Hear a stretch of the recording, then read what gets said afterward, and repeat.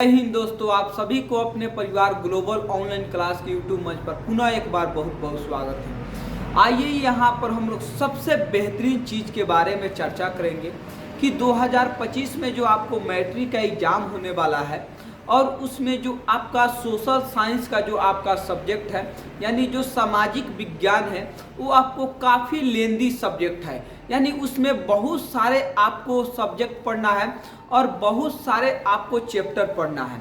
अगर पूरा का हम लोग बात करें तो लगभग हम लोगों के पास 25 से 27 ऐसे चैप्टर है जो हम लोगों को सामाजिक विज्ञान में पढ़ना है, यानी क्लास 10th के हम लोगों के सोशल साइंस में पढ़ना है। लेकिन आपको 25 से 27 तो चैप्टर नहीं, आपको मात्र हम 9 से 10 आपको चैप्टर बताएंगे, जहां से अगर वहां से भी आप 9 से 10 चैप्टर को आप क्लियर कर लेते हैं तो आपका 90 प्लस नंबर आपको जरूर आ जाएगा।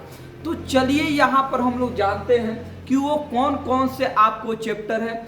आप सब लोगों को पता है कि जो आपका क्लास 10th का जो आपको सोशल साइंस है उसमें हम लोगों को 5 सब्जेक्ट पढ़ना रहता है।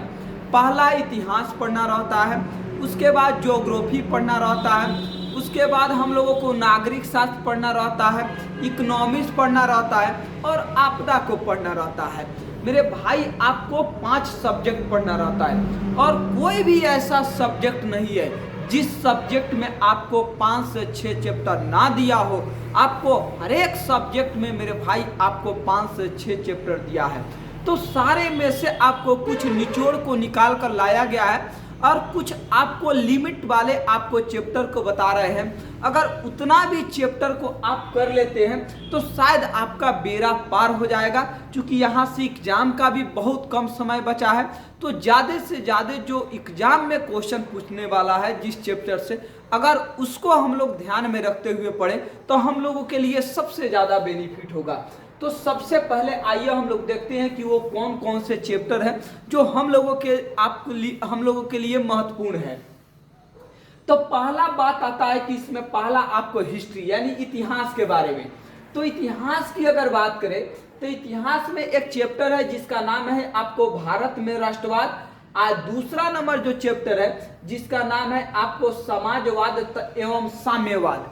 तो पहला चैप्टर है भारत में राष्ट्रवाद। इससे अगर बात करें कि कितना नंबर का क्वेश्चन पूछता है तो केवल भारत में राष्ट्रवाद से अगर आप बात कीजिएगा तो आपको 15 नंबर का क्वेश्चन केवल एक चैप्टर से आता है भारत में राष्ट्रवाद से। अगर बात करें कि समाजवाद एवं साम्यवाद से कितने नंबर का क्वेश्चन आता है तो समाजवाद और साम्यवाद जो आपका चैप्टर है दूसरा नंबर, उसमें से लगभग आपको 7 से 10 नंबर का आपको क्वेश्चन आता है। तो ये रहा आपको हिस्ट्री का 2 चैप्टर। कौन? तो एगो भारत में राष्ट्रवाद और दूसरा है समाजवाद और आपको साम्यवाद।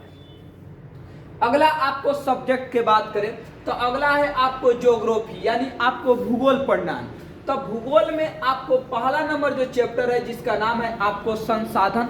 अकेले चेला संसाधन से आपको 20 नंबर का क्वेश्चन पूछा जाता है। ध्यान दीजिए, बहुत ज्यादा इसका वेटेज है।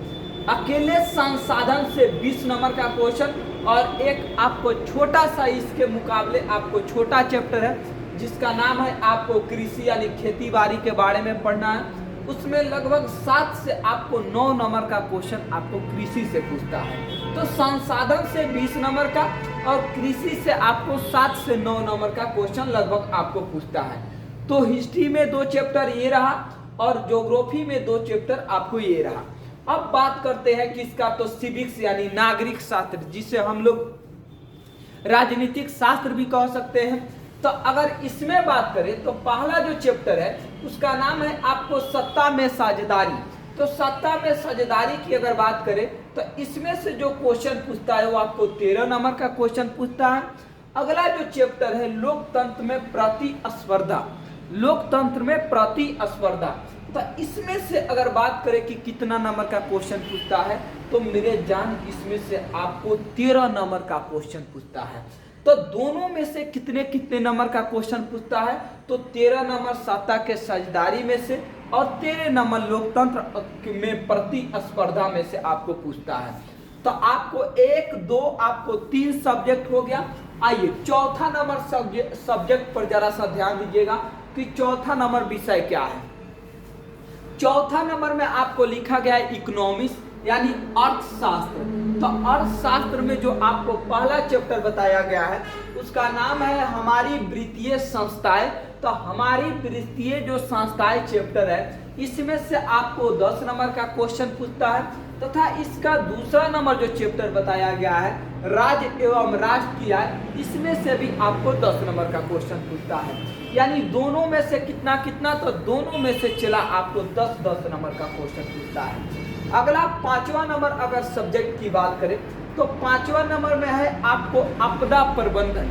आपदा प्रबंधन का मतलब डिजास्टर मैनेजमेंट, यानी आपको शॉर्ट में लिख दिए DM, D से डिजास्टर, M से मैनेजमेंट, यानी आपदा प्रबंधन का आपको अंग्रेजी होता है डिजास्टर मैनेजमेंट। इससे बात करें कि सर इसमें से कौन से चैप्टर पढ़े, तो देखिए डिजास्टर मैनेजमेंट में कोई चैप्टर का हम बात नहीं करेंगे। अगर इसमें आपको 10-15 लिमिटेशन वाले क्वेश्चन है, जैसे भूकंप कैसे आता है, बाढ़ कैसे आता है, सुखाड़ कैसे आता है, प्राकृतिक आपदा क्या है, मानव जनित आपदा क्या है, संचार के बारे में अगर इतना भी चीज के बारे में अगर यदि आप पढ़ लेते हैं तो आपका आपदा का सारा आपको काम आपको खत्म हो जाएगा। तो जो चीज आपको लग रहा था कि एक बहुत करना एक मुश्किल है सोशल साइंस को, हमें नहीं लगता कि अभी आपको जो पीछे बोर्ड पर बताए अगर इस तरीका से कीजिएगा तो आपको मुश्किल लगेगा।